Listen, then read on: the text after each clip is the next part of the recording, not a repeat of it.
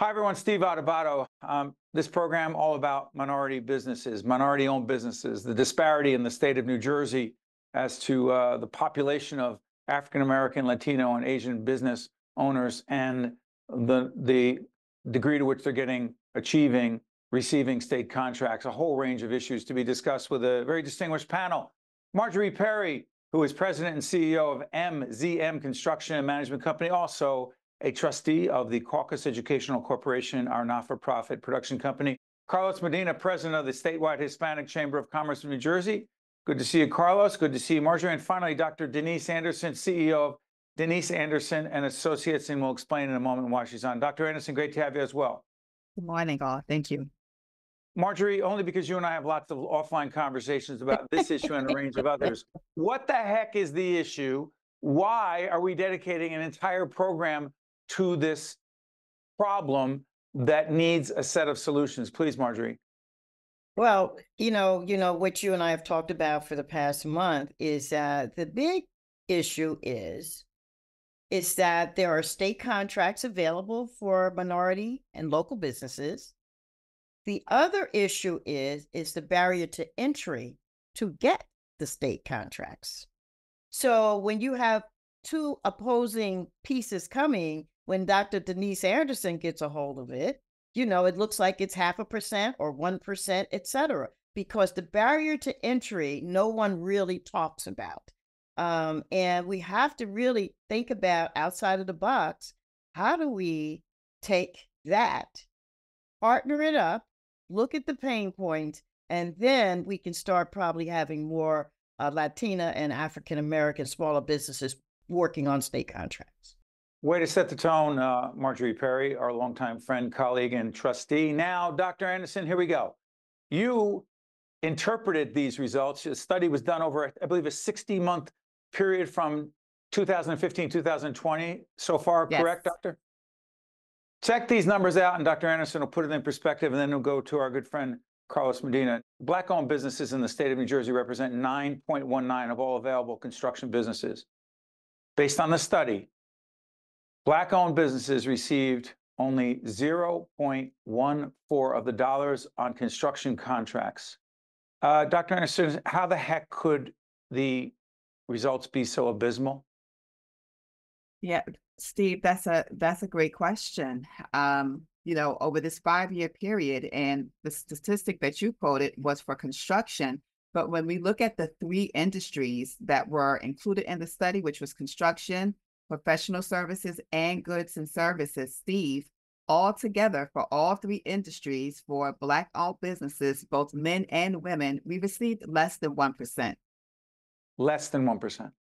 Less than 1%. Is it any better for Latino-owned businesses? It is not much better. There probably was one category in the industries where Latino businesses did not have a disparity. One. Just one. Carl, let's jump in here. This is why you and your colleagues do what you do every day at the chamber. Go ahead. Yeah, it's frustrating. We knew what the results would show, but, in a way, kudos to the governor for having the guts to do it and know that the results were going to be out there, because now we have a document. Time out, Carlos. Sure. When you say the governor did it, what do you mean? The governor called for? He was able to call for the study. He paid for the study. The can's been kicked down the road a couple administrations. This goes back to McGreevy when Jihad, a small professional service company, sued, saying as 3 white guys were being discriminated because guys like Carlos and Marjorie are taking all of that 10% that should go to us. That was the theory. And because they didn't do a study, the state knew they were going to lose in court, so they entered into a settlement in which they said it's race neutral. Now it's just small business. But as we can see from the numbers, that did not help minority, women, veteran-owned businesses. It's still the same dismal numbers, as you said, Steve. Marjorie, let me come back to you.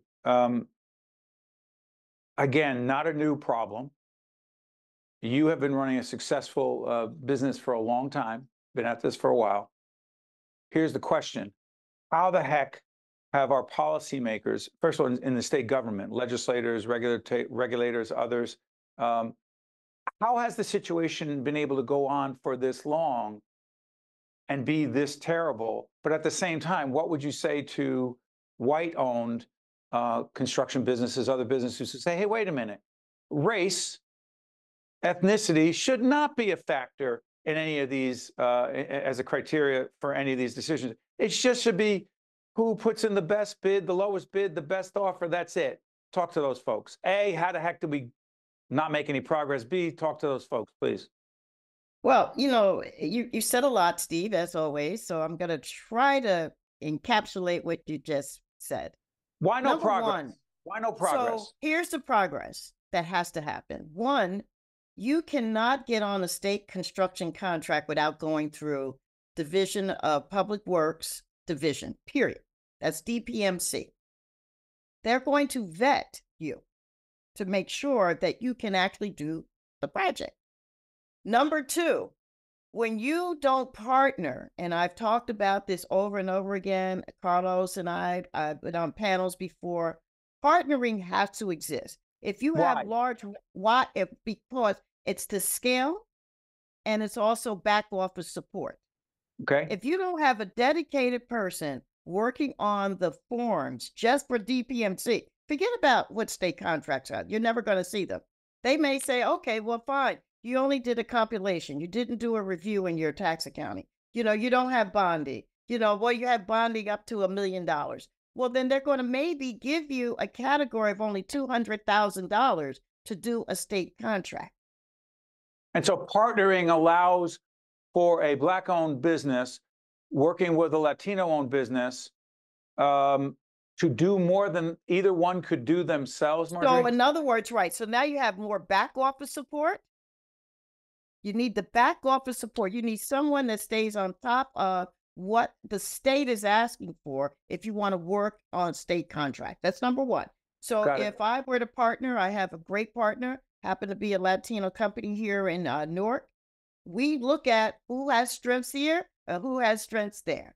So then what we do is take that strength and, hey, you go large and focus on this, and Carlos will go focus on the other part of it, because it won't work one-off.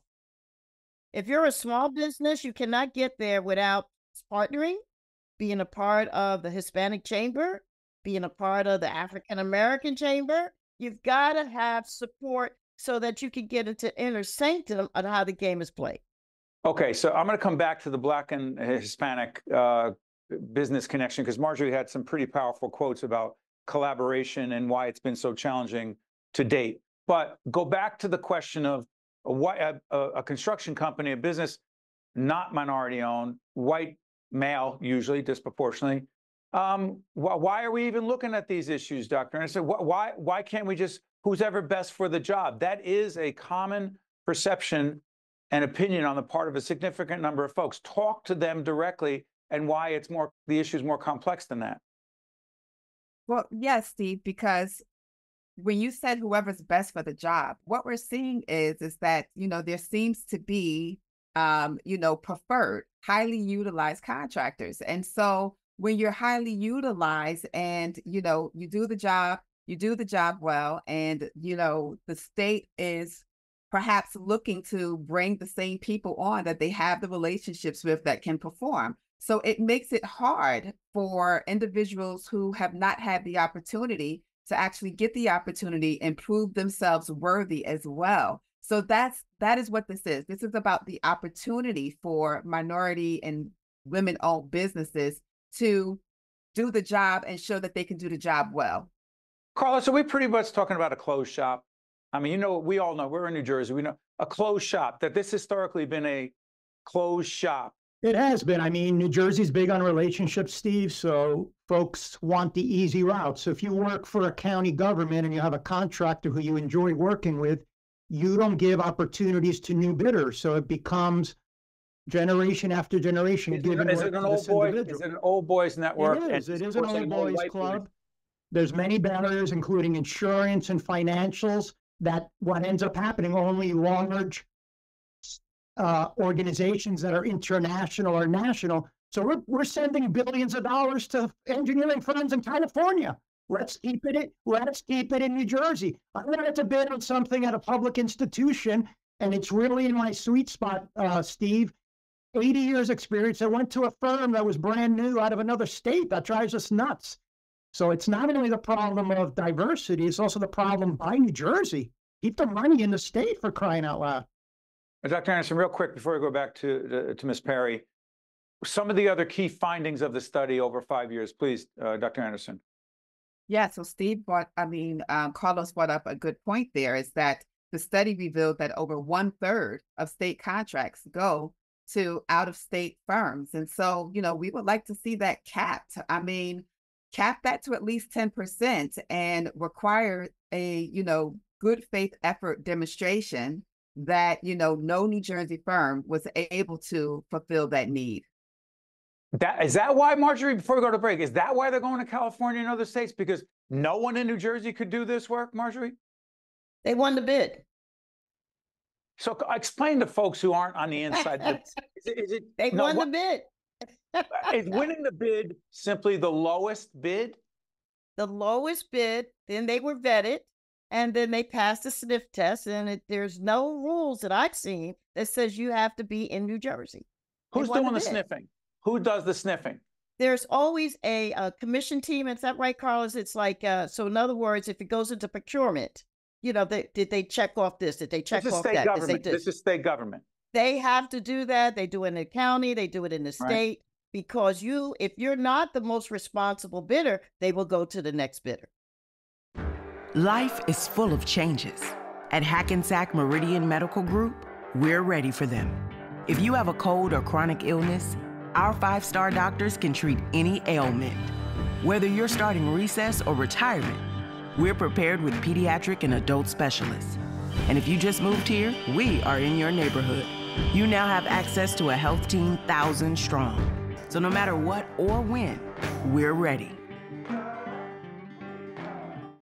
Also brought to you by New Jersey Institute of Technology, NJIT, makes industry-ready professionals in all STEM fields. The New Jersey Economic Development Authority, Hackensack Meridian Health, keep getting better. Horizon Blue Cross Blue Shield of New Jersey, here when you need us most. New Brunswick Development Corporation, Valley Bank, NJM Insurance Group, serving New Jersey's drivers, homeowners, and business owners for more than 100 years. The Turrell Fund, a foundation serving children. And by New Jersey Children's Foundation, giving all Newark students the opportunity to achieve.